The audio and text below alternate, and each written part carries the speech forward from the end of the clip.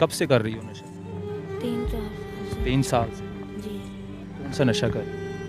मैंने पहले ice P है, उसके बाद एकदम पाउडर पे लगी हूँ, उसके एकदम बाद टीके पे लगी। पहले आइस से शुरू किया। जी पहला जो आइस का वो था वो किसने लगाया? कौन था वो दोस्त? इससे मैं मतलब अंडरस्टैंडिंग किया। जी इस चीज़ का पता ही नहीं था कि ये मेरे लिए अज़ाब बन जाएगा। उसने तो मुझे लगवाया स्टिंग की बोतल में, वो शीशा नहीं जैसे होता, मुझे वो लगा, मैंने लगा लिया।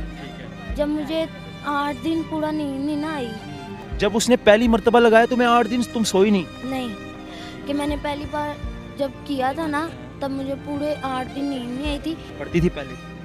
मैं कुरान पाक हिफ्ज़ भी हूँ। कुरान पाक हिफ्ज़? जी कुरान पाक पढ़ा है? हाँ जी